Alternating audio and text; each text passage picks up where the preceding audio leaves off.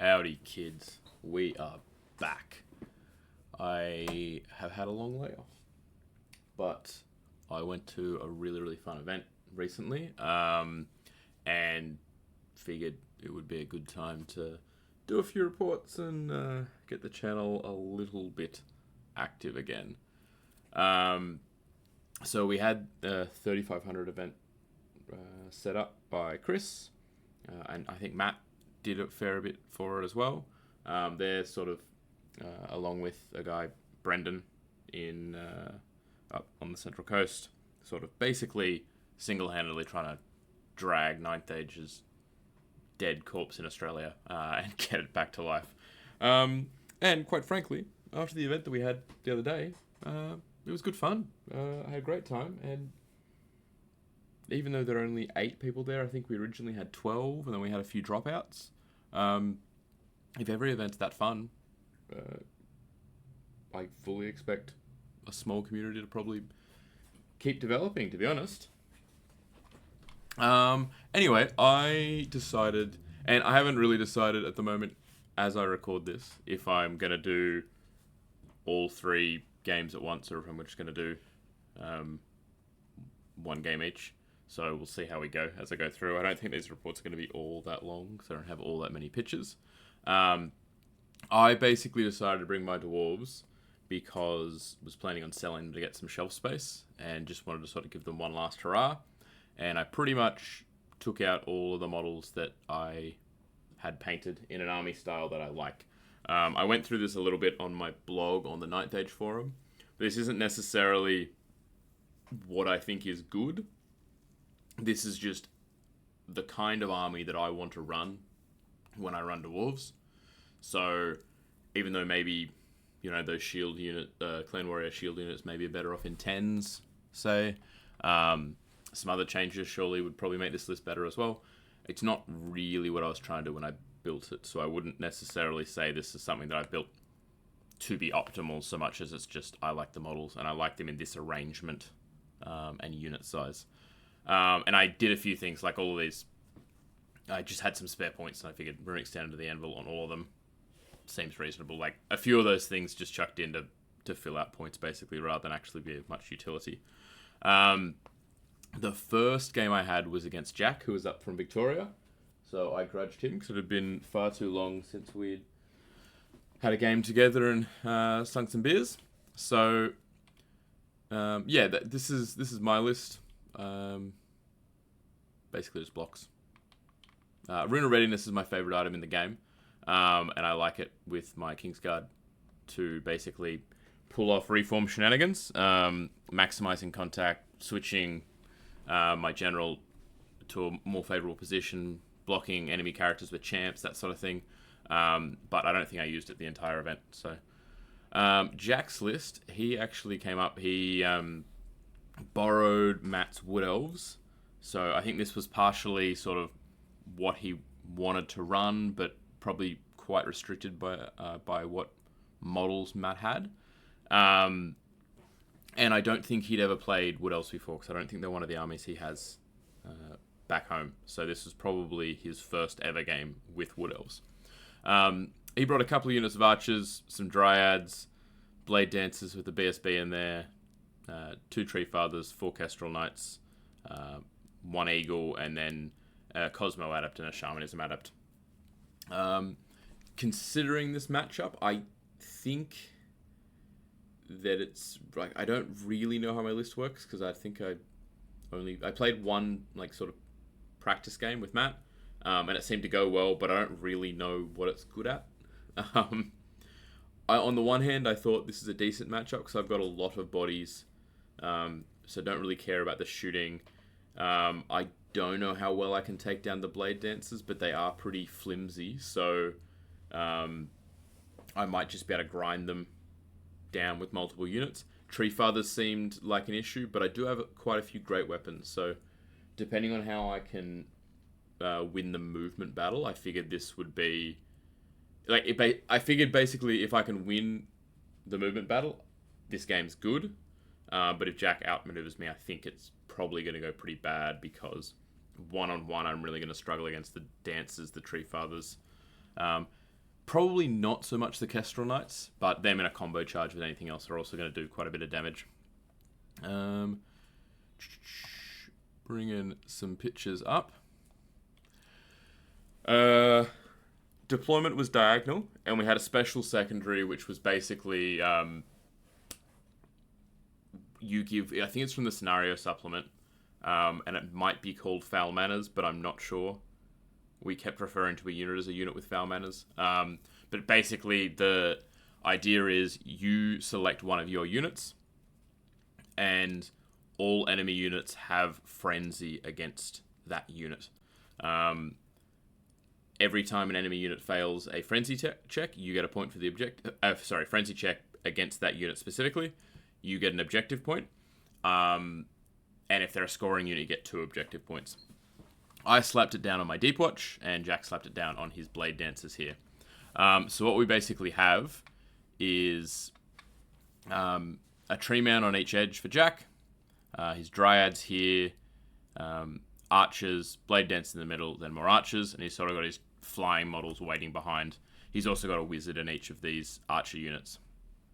I had a decent bit of cover. I've sort of moved out of it now because... did Jack get first turn? I believe Jack got first turn. I think I dropped everything and he took first turn. So I was able to sit like my Seekers, my Deep Watch, probably my Kingsguard. They look a bit out. Basically I can fit a few things in cover. And what I have is Rangers have scouted basically over this side and further up over here. These guys basically scouted up into the forest, and that's why they're further up than everything else. I got Great Weapon Warriors, Shield Warriors, Kingsguard, Shield Warriors, Deep Watch, Seekers, Shield Warriors, and then the 2 single models floating around are my Vengeance Seekers. So yeah, general plan in terms of my deployment was I figure I can probably go wider than Jack can, and I think he's pretty much tried to counter that by going Tree Fathers can block your wide units. But as from this deployment, I was sort of thinking these Tree Fathers are going to have a lot to do. I'm not caring too much about the archers. I'm going to have a unit come on behind him at some point. I think I got a pretty good chance to just sort of blow through the middle, take some casualties, take a lot of things down, and sort of worst case scenario, I figured like this game would be pretty even. And then if things go well, I think it was going to go pretty well for me.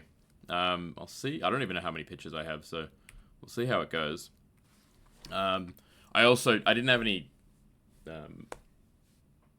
magic, so I really didn't have any... I was paying no attention to the turns or anything, and I have no idea what turn this is, but at some point, fairly early on in the game, this is after I actually moved up with my Seekers and let him chaff me, and I've had a little bit of a fight with the Tree Father over here because my Clan Warriors and Vengeance Seeker charged it.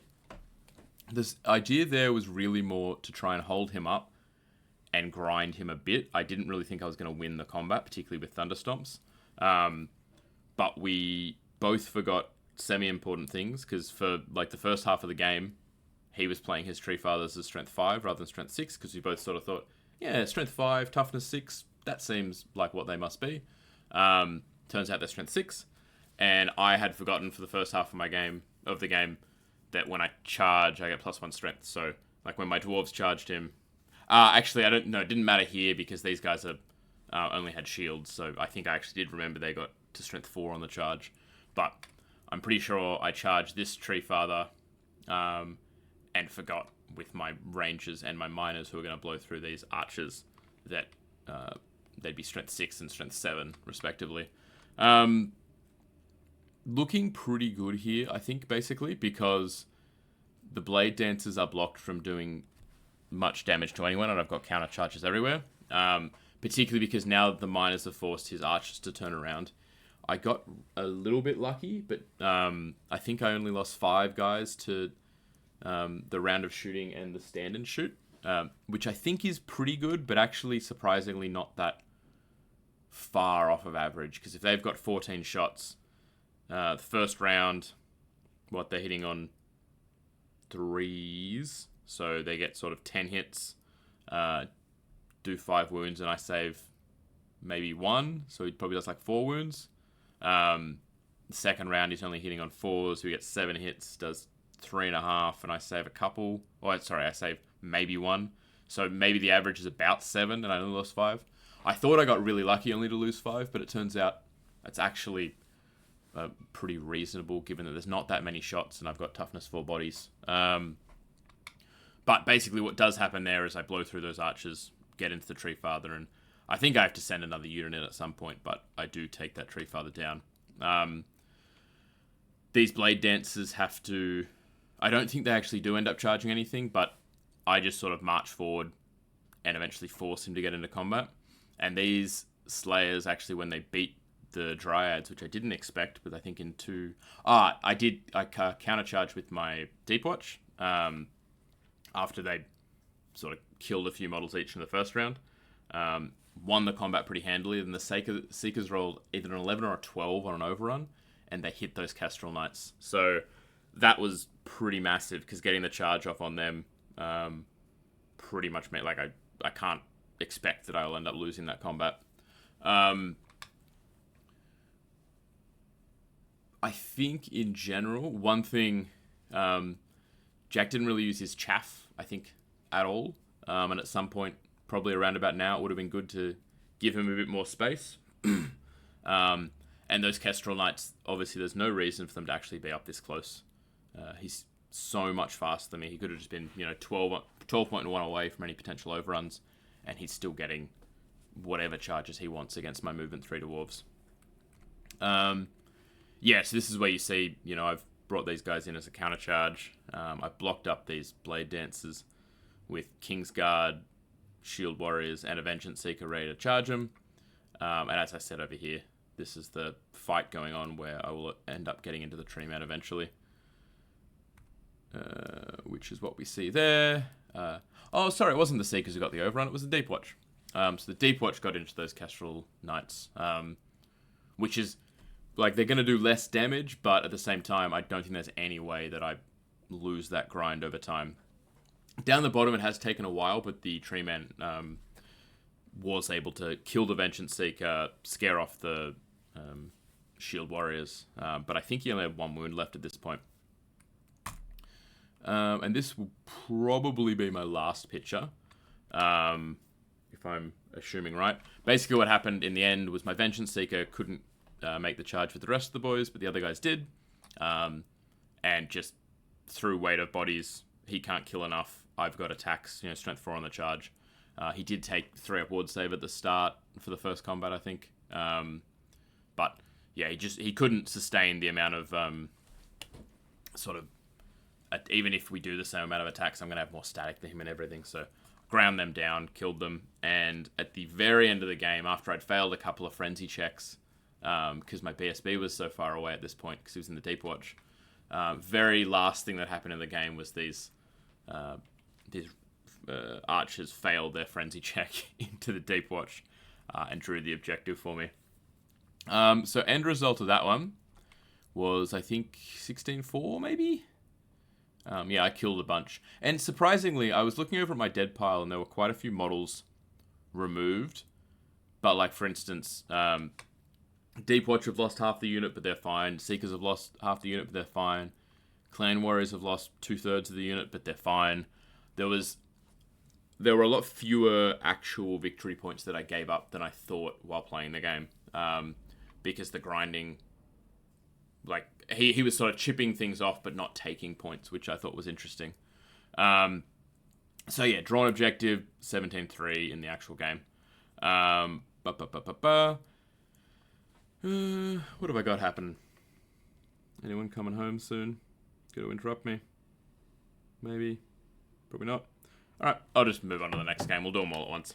So, next game was against Matt, who I actually had my only practice game with this list against. And we talked a little before the tournament about what he could have done better. So he probably was taking a little bit of that learning into this game as well. So he's basically got a div adept on the engine. He's got a Knight Commander and a Marshal, both on horses, and they're going to go into knightly orders with cavalry picks. He's got a Prelate with the Hammer of Witches, who also goes in that unit.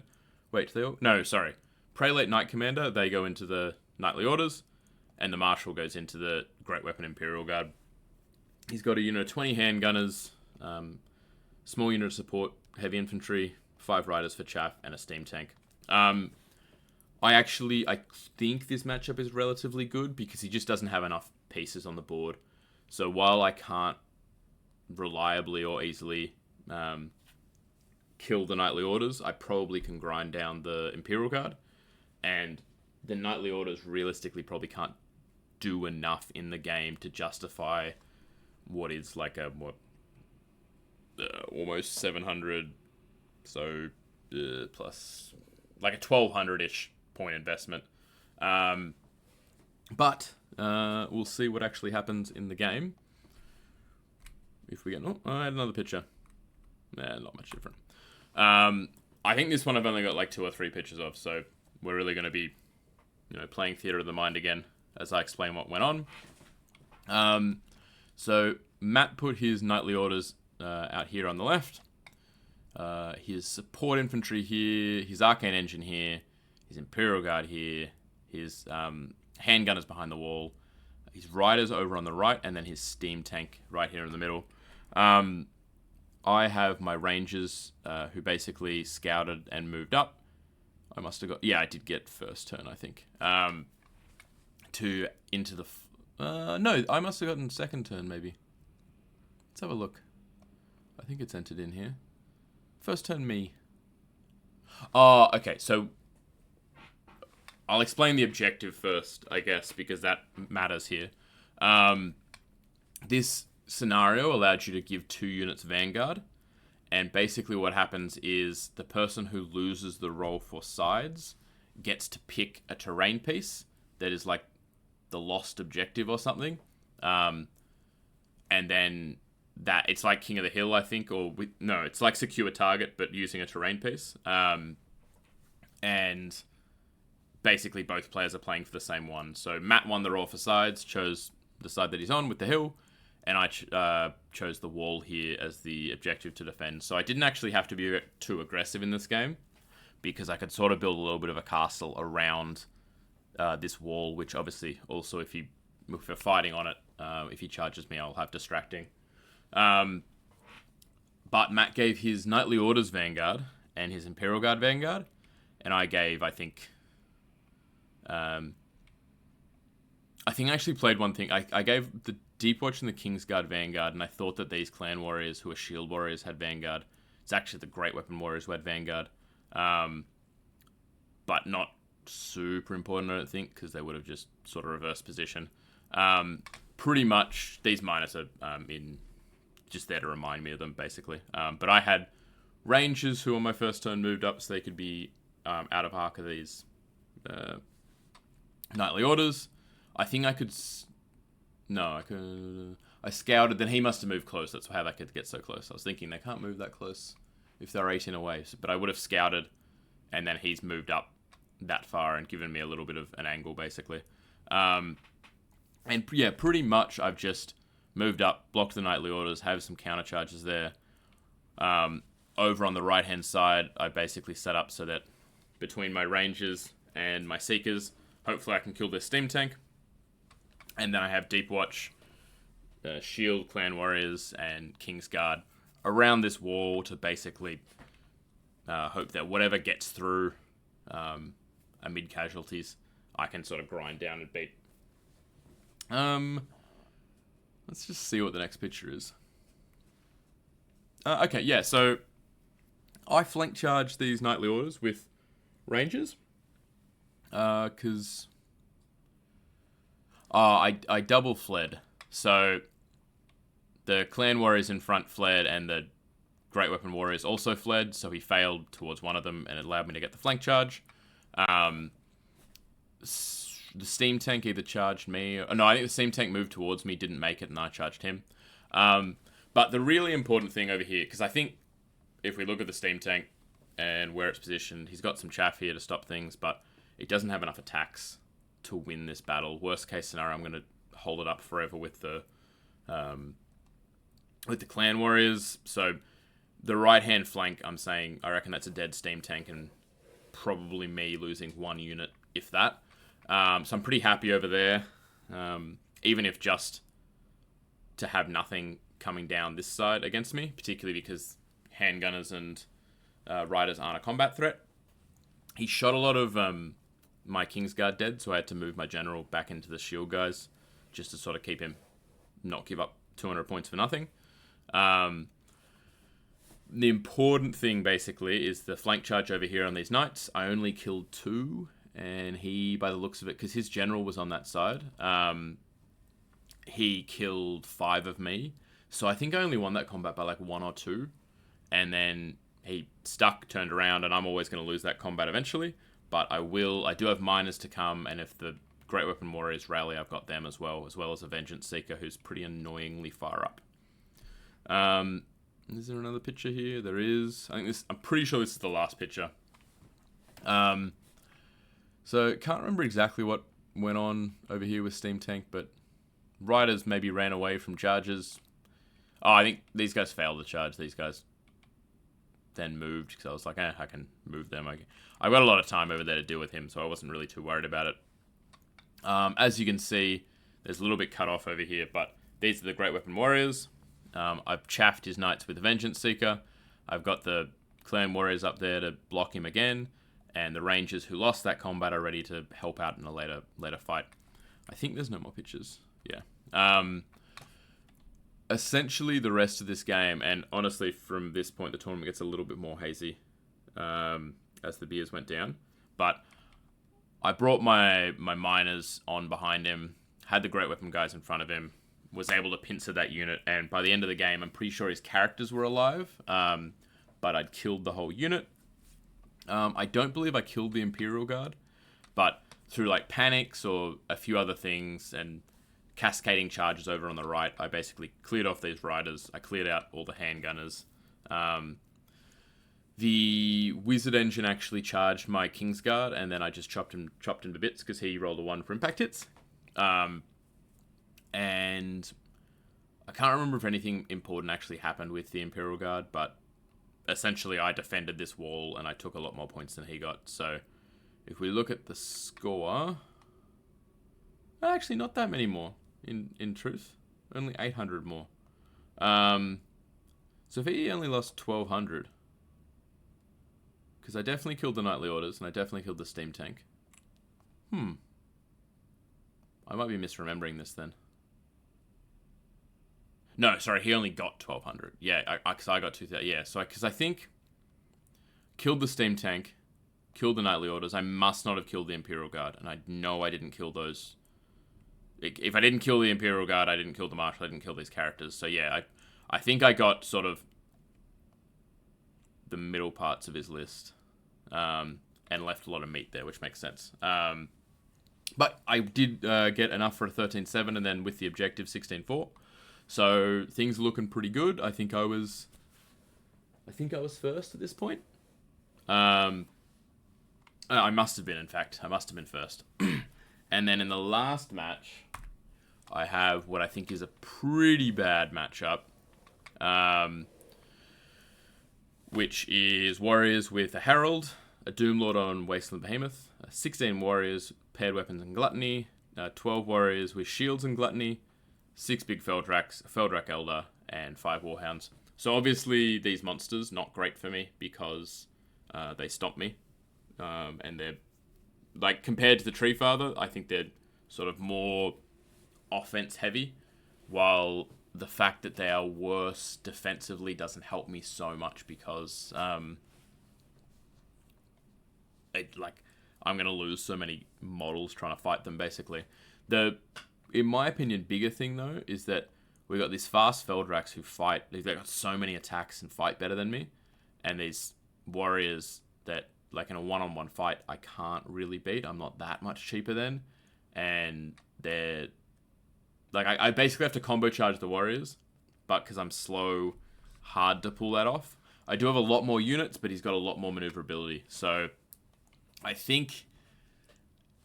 difficult for me to win this one. But I just sort of had to make use of the fact that I've got a lot more pieces on the board. So I've got a lot more like chaff. I've got a lot more charges that I can throw. I can sort of, like for instance, these 16 warriors are obviously a little bit faster than me because I think they're advanced 4. But when the difference is that small, if I throw 2 charges for every 1 that he throws, I'm more likely to get one of them off. But then I do still need to beat them.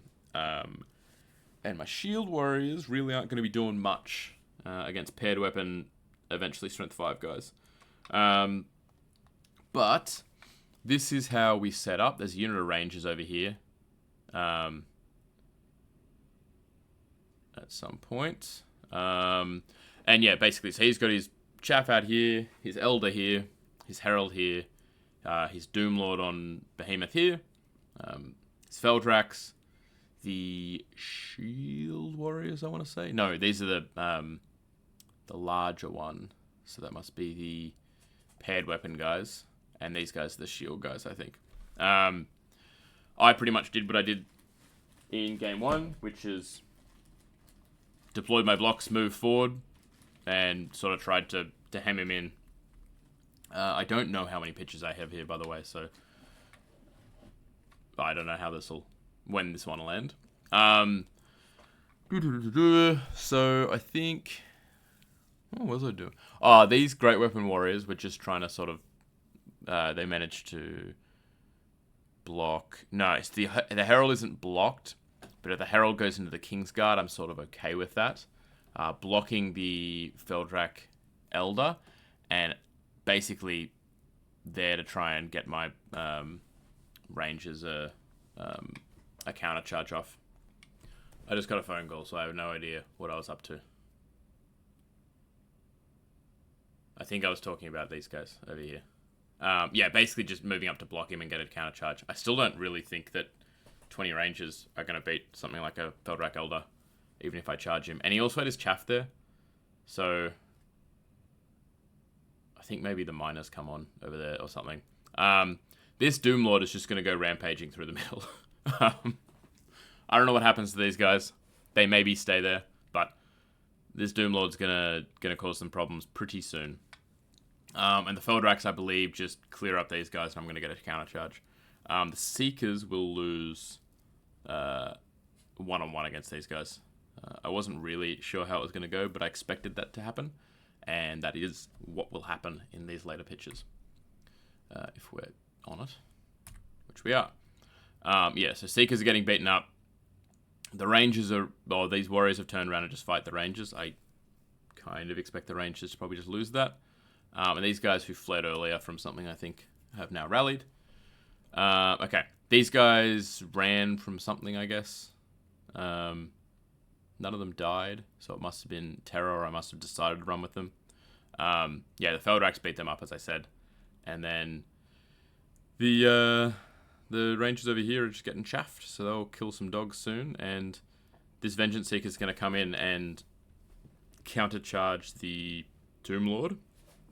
So I had a little bit of a problem with this Doomlord, and I think I did the wrong thing. First of all, I forgot about Rune of Readiness. I should have reformed. I don't have much space with the Impassable there, but I might have been able to get at least one more guy in contact. He had Breath of Corruption up, so I was quite concerned about the amount of kills that he could do to the Kingsguard, particularly before any of them struck.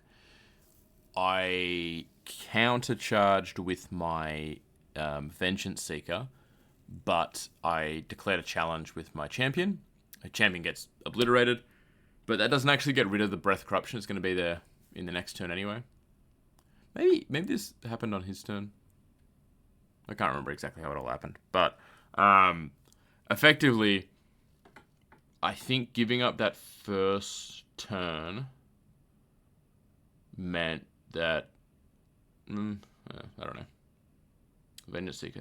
Whatever happened there, I think that I should have just fought him when he had Breath of Corruption up. Tried to ping some wounds off. Particularly if I can get the Vengeance Seeker in the side, the Vengeance Seeker might pin him there if he's trying to attack the guys in the front. And that might give that unit a chance to rally and just not give up points, basically.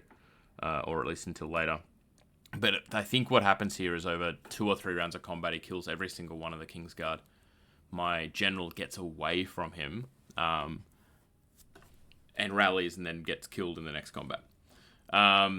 My Deep Watch are going to go fight the Feldrax. I'm not actually sure how I feel about that, but I am pretty defensive, so I'm hoping that I can sort of just do some wounds. He doesn't do as many back, and I break him on combat res.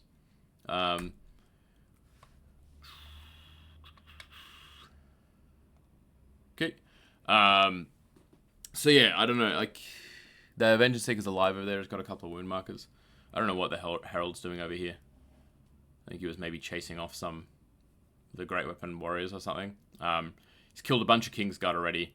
My Deep Watch did make these Feldrax run. I think they're going to rally, and I'm just going to fight him again. This Vengeance Seeker's now just doing chaff duty after these guys butchered the Slayers. And these guys here don't get an opportunity to countercharge. I'm almost certain of that. And because they don't have an opportunity to countercharge, it must have meant... I don't know. I don't know when all these things are happening. And yeah, basically, these guys... Oh, the miners are up here doing something. Fighting someone. Man, I have no idea what's happening in this game at this point, to be honest. The long and the short of it is, this Doomlord kills my entire Kingsguard unit, kills my general at some point. Pretty sure the Feldrak Elder lives. And the big moment of the game, that sort of... It was reasonably close on points. I think my opponent was up like 17-3 or something. Sorry, 13-7. 17-3, not close on points, but 13-7, reasonably close, I think. Because these Deep Watch are going to run off these Kingsguard. Somehow, through a series of events, the Exalted Herald is over here.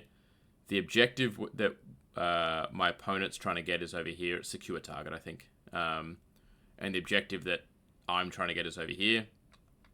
Basically, the Exalted Herald, who has Terror, charges my Deep Watch with the BSB.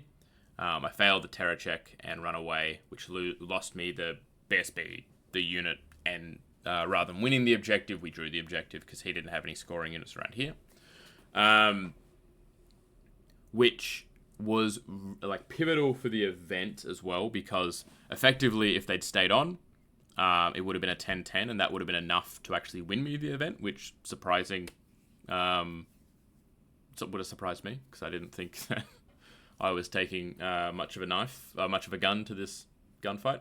But because of that, I ended up losing 15-5, and my opponent won the event.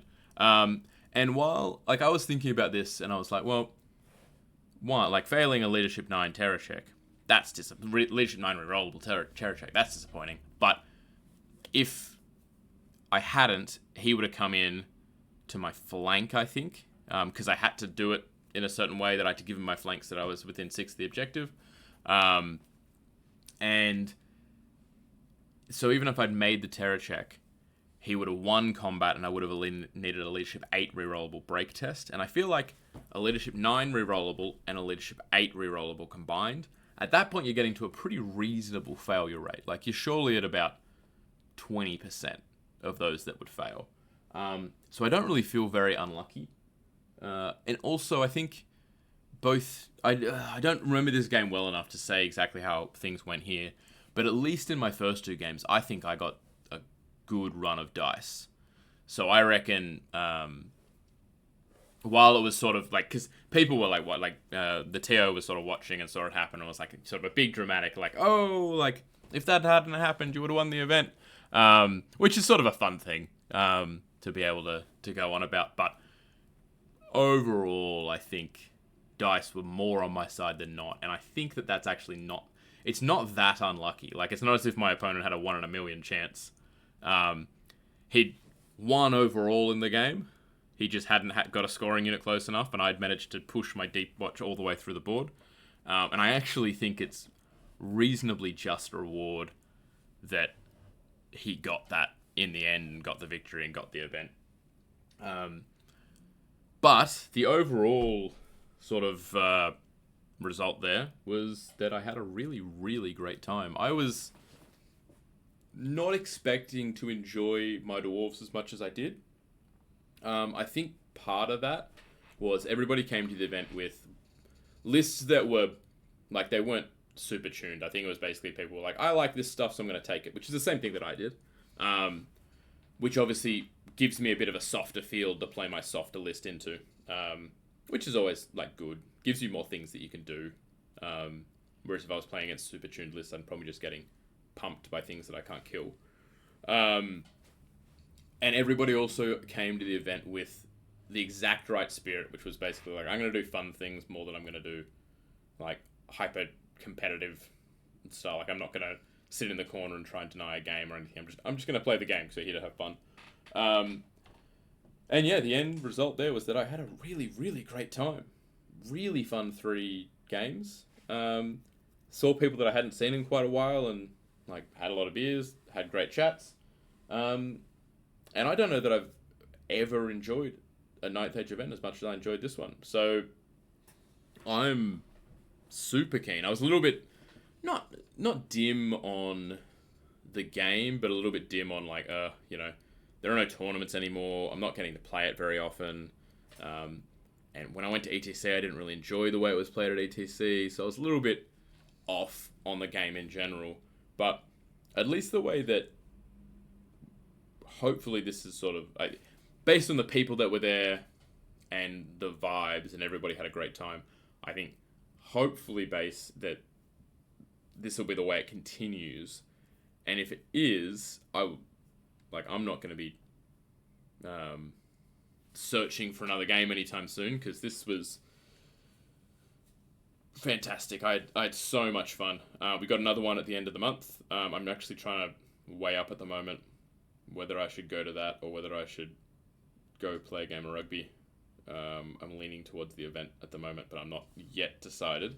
But yeah, it was a really good reminder of how fun Ninth Age is when you're playing it in what I view as sort of the right way, which is essentially like a little bit less of a competitive way. And there's nothing wrong with the competitive approach to Ninth Age or anything. It's a game that is well suited to that. But it's so much fun as a game when you can just go, I'm slapping some dwarves on the table, and your opponent's going, I'm slapping some humans on the table. We're going to have a fight.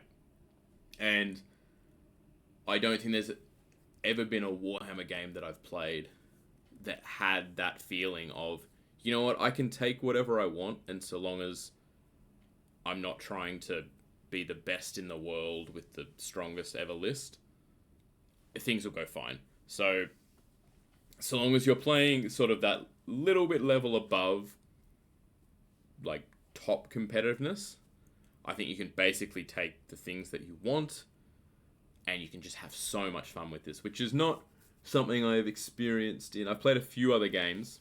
I've been playing a little bit of War Machine, I'm playing a little bit of 40k, and War Machine seems reasonably balanced, but very much like, this is good, this is bad, and it also seems to be a game that's pretty much predicated on gotchas. And 40k is like, these are the 3 things in your army book that you take. If you take anything else, you've already lost the game. I think Ninth Age has done a really, really good job with the amount of army freedom that they have. And particularly, these games weren't difficult. Like, we didn't have rules questions come up. We didn't have anything that was like, oh, this game's super complicated. It was just, things work out pretty straightforward when you know the rules decently well. There weren't very many situations of, I think across the entire event, where people were like, oh, I don't know what happens here.